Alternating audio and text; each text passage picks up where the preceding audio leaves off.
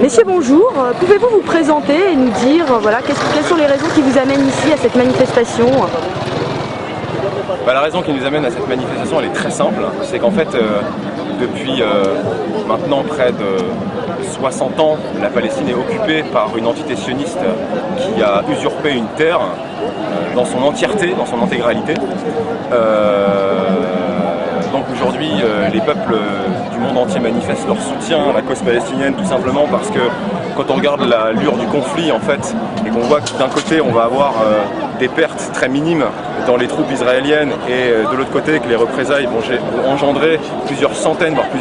plusieurs milliers de morts, on peut d'ores et déjà tout de suite en conclure que les Palestiniens font acte de résistance et ne sont pas des terroristes comme on veut bien les faire passer. Le deuxième point qui est quand même assez essentiel, c'est qu'aujourd'hui les manifestations pro-palestiniennes, pour ce qui est du cas de la France, sont réprimées d'une manière assez extraordinaire. Alors la raison elle est très simple, c'est que vous avez en France une oligarchie au pouvoir qui a fait allégeance totalement au sionisme, simplement pour la raison simple que le système économique mondial est un système capitaliste, que les banques aujourd'hui dictent les comportements des gouvernements et par conséquent les banquiers aujourd'hui, les usuriers planétaires, les banquiers sont tous d'origine israélienne ou alors de confession juive qui ont prêté allégeance au sionisme. Donc il est évident que le peuple français est sous le joug d'une politique gouvernementale imposée par cette oligarchie qui nous oblige en fait à soutenir la guerre en Israël du côté d'Israël. Donc vous pouvez constater que le peuple français, dans une très large majorité, soutient la cause palestinienne parce que nous sommes des êtres humains qui disposons de Dieu pour voir, d'oreilles pour entendre, et nous savons réfléchir. Nous n'avons pas besoin d'avoir des professeurs qui vont nous dicter la manière dont nous devons penser, des gens comme Manuel Valls, des gens comme Monsieur Fabius qui a déclaré que les manifestations anti-sionistes devaient être interdites. Alors c'est qu'on atteint quand même un degré de répression et de non-liberté d'expression assez extraordinaire, puisque on ne peut plus aujourd'hui dénoncer une idéologie. Le sionisme n'est pas un pays, ce n'est pas un peuple, ce sont des gens qui véhiculent une idéologie qui par conséquent est meurtrière et qui est dominatrice. Donc il est légitime que les peuples du monde entier se soulèvent et manifestent leur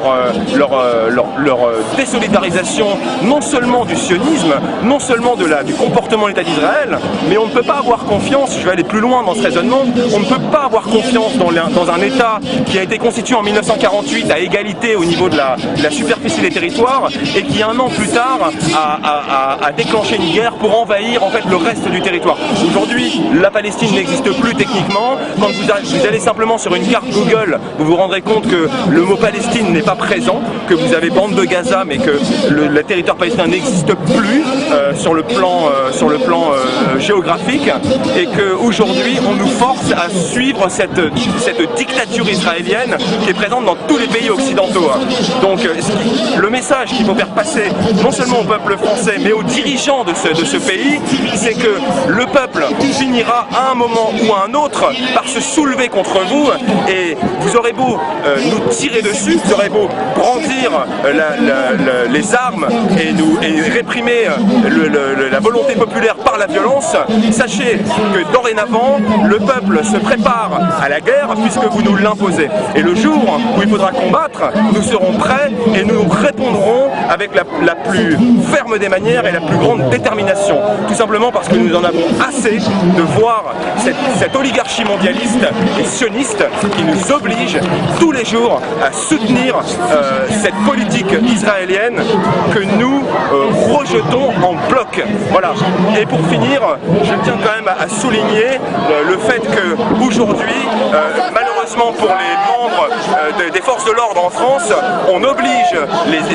les policiers à réprimer les manifestants, que ce soit des femmes, que ce soit des enfants, que ce soit des handicapés, parce que nous avons été témoins de ce genre de scène où des handicapés ont été roués de coups. Nous pouvons aujourd'hui en conclure que l'armée israélienne a clairement investi sur les territoires occidentaux et que la police française fait le travail de l'armée israélienne. On peut considérer que les services de police font le travail de Tsahal sur le territoire national. Pour finir, sachez que la Palestine est occupée depuis 60 ans et que c'est le seul État au monde, c'est le seul pays qui a réussi à être spolié par un système mafieux. C'est absolument extraordinaire. Merci Monsieur Berlet.